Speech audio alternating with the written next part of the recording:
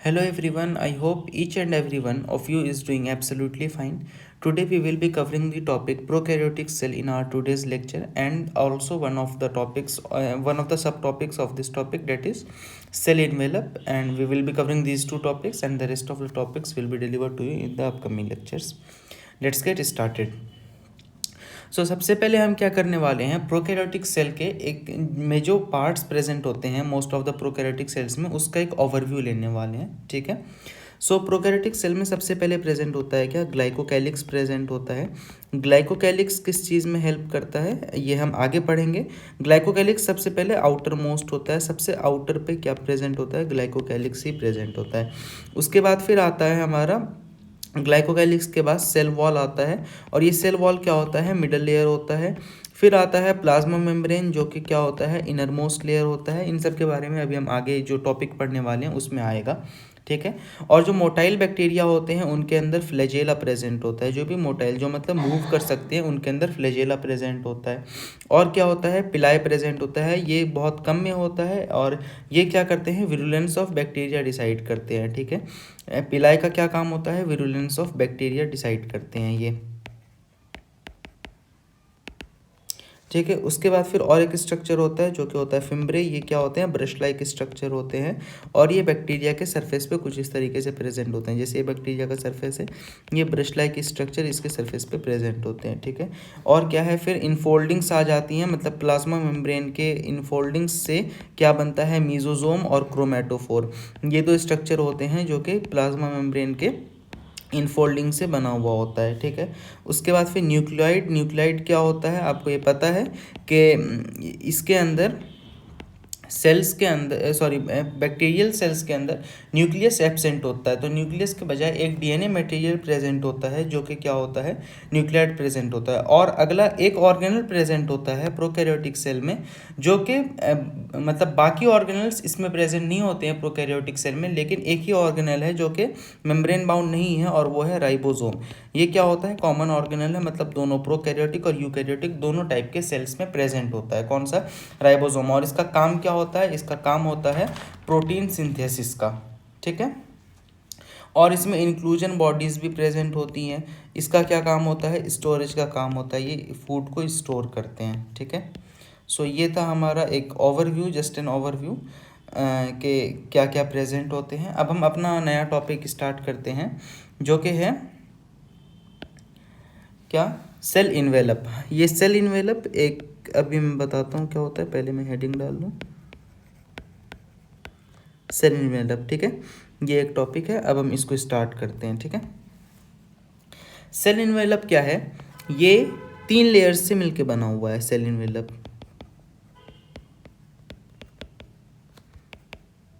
3 layer से मिलके बना हुआ होता है, और ये क्या है, as a single protective, sorry, as a single protective unit work करता है। मतलब कि ये 3 लेयर्स, अभी मैं बताऊंगा कौन कौन से 3 लेयर्स होते हैं। ये 3 लेयर मिलके as a single unit work करते हैं और बैक्टीरियल सेल को प्रोटेक्ट करते हैं। सबसे पहला कौन सा है, सबसे पहला है ग्लाइकोकैलिक्स, सॉरी, ग्लाइकोकैलिक्स। ठीक है। उसके बाद फिर आ जाता है हमारा सेल वॉल, और उसके बाद फिर आ जाता है प्लाज्मा मेम्ब्रेन। तो चलिए एक एक करके हम इन तीनों के बारे में पढ़ते हैं। सबसे पहला है ग्लाइकोकैलिक्स।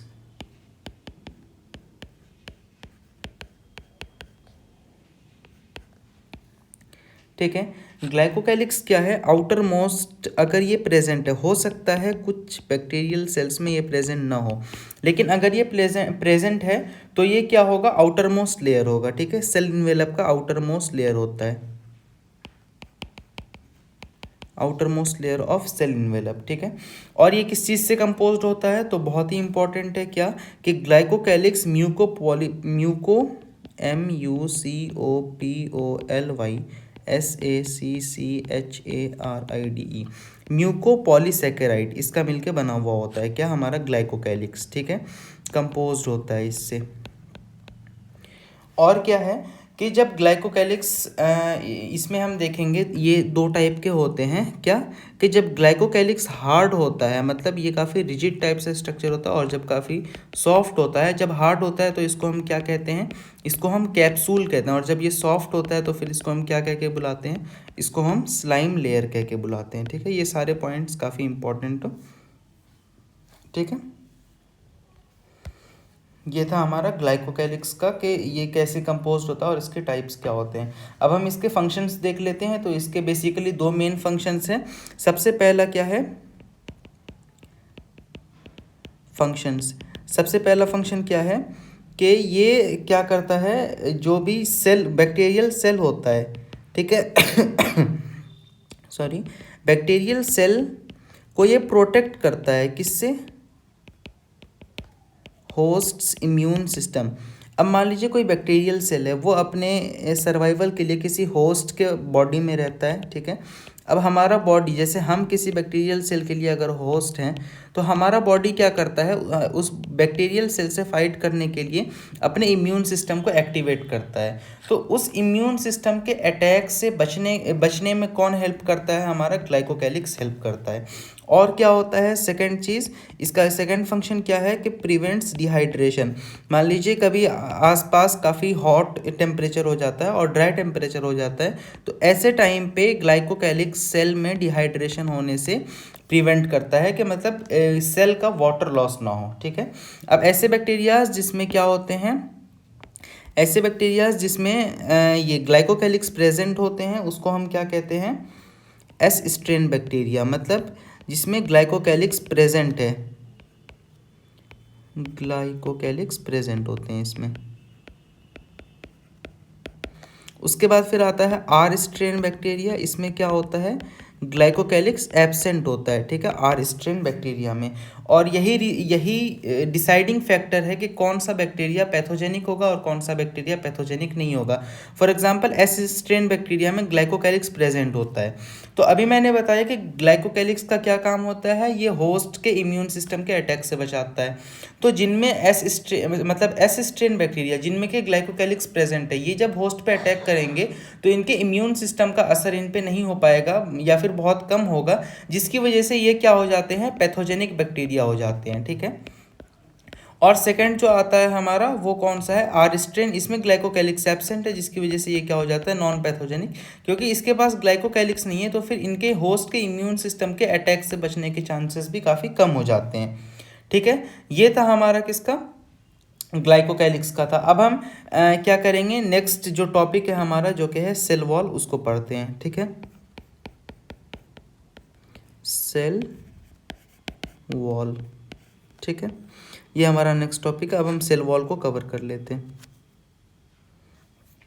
सेल वॉल क्या होता है, सारे बैक्टीरियाज, ये काफ़ी इंपॉर्टेंट पॉइंट लिख रहा हूँ मैं, क्या कि प्रेजेंट इन ऑल बैक्टीरियाज, मतलब ये सारे बैक्टीरिया में प्रेजेंट होता है एक्सेप्ट एक बैक्टीरिया के सिवा, जो कौन सा है, जो कि है माइकोप्लाज्मा। माइकोप्लाज्मा में सेल वॉल प्रेजेंट नहीं होता है। ठीक है, present in all bacterias except mycoplasma, मतलब माइकोप्लाज्मा के अलावा सारे बैक्टीरियाज में सेल वॉल क्या होते हैं, प्रेजेंट होते हैं। ठीक है, और bacterial cell wall is non cellulosic in nature, मतलब इसका जो सेल वॉल होता है सेलुलोज से मिलकर बना हुआ नहीं होता है। Bacterial cell wall is non cellulosic in nature, मतलब इसका नेचर क्या होता है, नॉन सेलुलोजिक होता है, इसमें सेलुलोज प्रेजेंट नहीं होता है।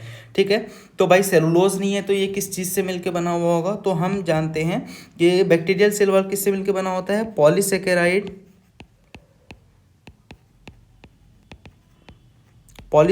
और अमाइनो एसिड, इन दोनों से मिलकर क्या होता है, बैक्टीरियल सेल वॉल बना हुआ होता है। और ये पॉलीसेकेराइड और अमाइनो एसिड में क्या आ जाते हैं, पेप्टिडोग्लाइकिन और म्यूरिन। ठीक है, ये दोनों मिलके पेप्टिडोग्लाइकिन या म्यूरिन बनाते हैं, पेप्टिडोग्लाइकिन या म्यूरिन। ठीक है, अब देखिए जो पॉलीसेकेराइड होते हैं ये दो टाइप्स के होते हैं। सबसे पहला कौन सा है, सबसे पहला जो पॉलीसेकेराइड है वो कौन सा है, नाग, एन एसिटाइल ग्लूकोजामीन, ठीक है। और दूसरा जो हमारा ये है पॉलीसेकेराइड, वो कौन सा है, नाम, मतलब एन एसिटाइल म्यूरेमिक एसिड। ठीक है। जो बैक्टीरियल सेल वॉल किस किस चीज़ों से मिलकर बना हुआ होता है, पॉलीसेकेराइड और अमाइनो एसिड से। ठीक है। पॉलीसेकेराइड कौन कौन से होते हैं, नाग होता है, एन एसिटाइल ग्लूकोजामिन, और नाम होता है एन एसिटाइल म्यूरेमिक एसिड। ठीक है। अब इसके कुछ फंक्शंस होते हैं, ऑब्वियसली इनका ये प्रेजेंट है तो इसके कुछ फंक्शंस हैं। तो कौन सा फंक्शन है, सबसे पहला फंक्शन क्या है इसका, कि ये थोड़ा रिजिडिटी प्रोवाइड करता है, या फिर हम कह सकते हैं ये स्ट्रक्चरल सपोर्ट प्रोवाइड करता है। इसका फंक्शन क्या है, तो ये क्या स्ट्रक्चरल सपोर्ट प्रोवाइड करता है सेल्स को, बैक्टीरियल सेल्स को स्ट्रक्चरल सपोर्ट प्रोवाइड करता है। इसका एक और फंक्शन क्या है, ये शेप प्रोवाइड करता है। और क्या है कि मान लीजिए ऐसा कंडीशन है कि सेल वॉल पे काफ़ी एक्सेस प्रेशर पड़ रहा है, तो उसकी वजह से क्या होता है कि सेल वॉल के बर्स्ट होने के चांसेस होते हैं। तो ये प्रिवेंट करता है क्या, कि ये इंश्योर करता है कि सेल जो है वो हार्श कंडीशंस में बर्स्ट या फिर कोलैप्स ना कर जाए। ठीक है। प्रिवेंट बर्स्टिंग या collapsing of cell, sorry, of cell. ठीक है। उसके बाद फिर हमारा लास्ट स्ट्रक्चर जो आ जाता है वो कौन सा है, प्लाज्मा मेम्ब्रेन।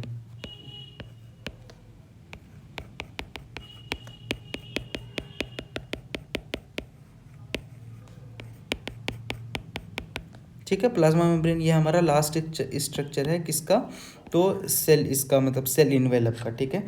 प्लाज्मा मेम्ब्रेन किस चीज़ से मिलकर बना हुआ होता है, तो इसका जो कंपोजिशन होता है वो क्या होता है, फॉस्फोलिपिड का मिलके, फॉस्फोलिपिड प्लस प्रोटीन, इन दो चीज़ों से मिलकर क्या होता है, प्लाज्मा मेम्ब्रेन बना हुआ होता है। ठीक है। अब क्या होता है, प्लाज्मा मेम्ब्रेन का जो मेन फंक्शन होता है, इसका फंक्शन इसके स्ट्रक्चर के थ्रू होता है। तो जो प्लाज्मा मेम्ब्रेन होते हैं ना, जैसे ये ग्लाइकोकैलिक्स है, ठीक है, फिर उसके नीचे ये सेल वॉल है। अब जो ये प्लाज्मा मेम्ब्रेन होता है इसमें कुछ इनफोल्डिंग्स हो जाती हैं, फॉर एग्जांपल, सॉरी, कुछ ऐसी इनफोल्डिंग्स हो जाती हैं, ये वेसिकल टाइप था, अब ये लेमिले या ट्यूब लाइक हो गया, ये ऐसे इनफोल्डिंग्स हो जाते हैं। और इस पे इन इनफोल्डिंग्स का कुछ फंक्शन हो जाता है। ठीक है। इन इनफोल्डिंग्स की वजह से इनके स्ट्रक्चर की वजह से इनका कुछ फंक्शन हो जाता है। तो एक टाइप का इनफोल्डिंग होता है जिसे हम कहते हैं मीजोजोम। मीजोजोम क्या होता है, मीजोजोम, सॉरी, म्यूजोजोम, और दूसरे टाइप का जो इनफोल्डिंग होता है वो होता है क्रोमेटोफोर। ये बेसिकली दो टाइप के इनफोल्डिंग होते हैं जो कि प्लाज्मा मेम्ब्रेन में बन जाते हैं, मतलब इनके हमने नाम रख दिए कि ये इस टाइप का इनफोल्डिंग होगा तो ये है, और इस टाइप का इनफोल्डिंग होगा तो ये है। ठीक है। अब मीजोजोम क्या होता है, तो ये सबसे पहली बात, सारे बैक्टीरियाज में प्रेजेंट नहीं होता है। मीजोजोम्स कुछ बैक्टीरियाज में होता है और कुछ में नहीं होता है। इसका मेन फंक्शन क्या है, तो ये रेस्पिरेशन में हेल्प करता है बैक्टीरिया को, रेस्पिरेशन में हेल्प करता है। और इसका एक काफ़ी इंपॉर्टेंट फंक्शन है, वो क्या है कि मान लीजिए सेल वॉल अगर डैमेज हो जाता है तो सेल वॉल के रिपेयर या फिर सेल वॉल के फॉर्मेशन में भी हेल्प करता है। ठीक है। मीजोजोम हमारा सेल वॉल के रिपेयर या सेल वॉल के फॉर्मेशन में हेल्प करता है। और इसका one of the most important function जो कि है डीएनए रेप्लिकेशन में, या फिर हम कह सकते हैं बाइनरी फिशन में हेल्प करता है। क्या, मीजोजोम या बाइनरी फिशन हम कह सकते हैं। ठीक है। उसके बाद फिर हमारा जो नेक्स्ट स्ट्रक्चर आता है वो है क्या, क्रोमेटोफोर। तो इससे क्या होता है, एसोसिएटेड पिगमेंट्स होते हैं, मतलब क्रोमेटोफोर पे पिगमेंट्स लगे हुए होते हैं। ठीक है। क्रोमेटोफोर पे पिगमेंट्स होते हैं, और ये जनरली कौन से पिगमेंट होते हैं, ये हमारे रेस्पिरेटरी पिगमेंट होते हैं, मतलब जो कि रेस्पिरेशन में हेल्प करते हैं। ठीक है। तो फिर ये और रेस्पिरेटरी भी होते हैं, या फिर हम कह सकते हैं, सॉरी ये गलत है, इसमें रेस्पिरेटरी पिगमेंट्स नहीं होते हैं, इसमें फोटोसिंथेटिक पिगमेंट्स होते हैं, मतलब जो फोटोसिंथेसिस में हेल्प करते हैं, हमारा फोटोसिंथेसिस। ओके। और ये किस किस बैक्टीरियाज में पाया जाता है, तो सबसे पहले साइनोबैक्टीरिया में पाया जाता है, दूसरा किस में, ब्लू ग्रीन एल्गी में पाया जाता है, सॉरी ब्लू ग्रीन एल्गी नहीं, ग्रीन सल्फर बैक्टीरिया में, sorry my mistake, green sulphur bacteria में या फिर पर्पल सल्फर बैक्टीरिया, इन 3 टाइप के बैक्टीरियाज में क्या पाए जाते हैं, हमारे क्रोमेटोफोर पाए जाते हैं। ठीक है, सो ये आज का टॉपिक था। एक बार हम लेज़र पेन की मदद से आज जो भी हमने पढ़ा उसको रिवाइज कर लेते हैं। सो आज हमने पढ़ा कि प्रोकैरियोटिक सेल्स जो होते हैं उनके अंदर कौन कौन सी चीज़ें होती हैं। तो जैसे ये हमारा ग्लाइकोकैलिक्स या फिर जो कि आउटर मोस्ट लेयर होता है वो प्रेजेंट होता है, सेल वॉल होता है, प्लाज्मा मेम्ब्रेन होता है, फ्लैजेला होता है जो कि किस में होता है, सिर्फ मोटाइल बैक्टीरिया में होता है। ठीक है, जो मतलब मूव करते हैं।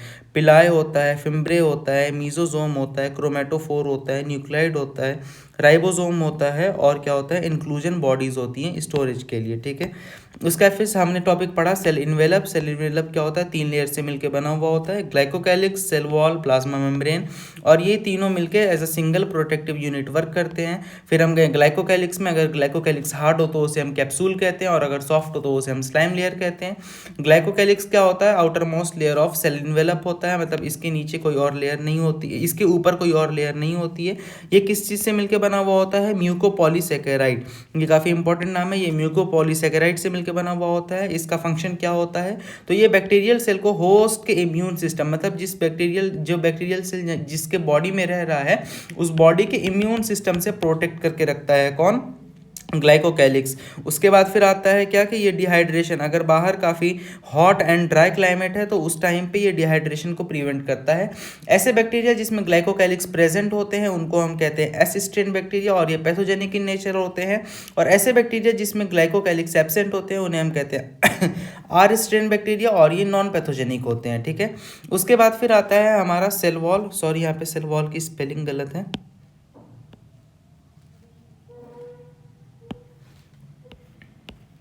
ठीक है, उसके बाद फिर हमारा आता है सेल वॉल। सेल वॉल क्या होता है, present in all bacterias except mycoplasma, ये काफ़ी इंपॉर्टेंट एक्सेप्शन है। ठीक है, उसके बाद फिर ये नॉन सेलुलोजिक इन नेचर होते हैं और ये किस चीज़ से मिलकर बने हुए होते हैं, पॉलीसेकेराइड और अमाइनो एसिड सॉरी, पॉलीसेकेराइड और अमाइनो एसिड से मिलकर बने हुए होते हैं। और ये पॉलीसेकेराइड कौन कौन से होते हैं, नाग और नाम, एन एसिटाइल ग्लूकोजामिन और एन एसिटाइल म्यूरेमिक एसिड। इनका फंक्शन क्या क्या होता है, ये स्ट्रक्चरल सपोर्ट प्रोवाइड करते हैं, शेप प्रोवाइड करते हैं और हार्श कंडीशंस में prevent bursting and collapsing of cell. ठीक है, उसका फिर हमारा इनर मोस्ट लेयर आता है जो कि होता है प्लाज्मा मेम्ब्रेन। इससे ये किस किस चीज़ों से मिलकर बना हुआ होता है, फॉस्फोलिपिड प्लस प्रोटीन से मिलकर बना हुआ होता है। इसके अंदर इनफोल्डिंग्स होती हैं जो कि लेमेला या फिर ट्यूब्यूल्स के फॉर्म में प्रेजेंट होती हैं। और एक टाइप के इनफोल्डिंग को हम मीजोजोम कहते हैं। मीजोजोम किस में हेल्प करता है, रेस्पिरेशन में हेल्प करता है, सेल वॉल रिपेयर या सेल वॉल फॉर्मेशन में हेल्प करता है, डीएनए रेप्लिकेशन या फिर बाइनरी फिशन में हेल्प करता है। ठीक है, ये काफ़ी इंपॉर्टेंट फंक्शन है किसका, मीजोजोम का, लास्ट वाला। उसके बाद फिर आता है हमारा क्रोमेटोफोर। इसके ऊपर क्या होते हैं, पिगमेंट्स एसोसिएटेड होते हैं जो कि होते हैं फोटोसिंथेटिक पिगमेंट। और ये किन किन में पाया जाता है, cyanobacteria, green sulphur bacteria, purple sulphur bacteria.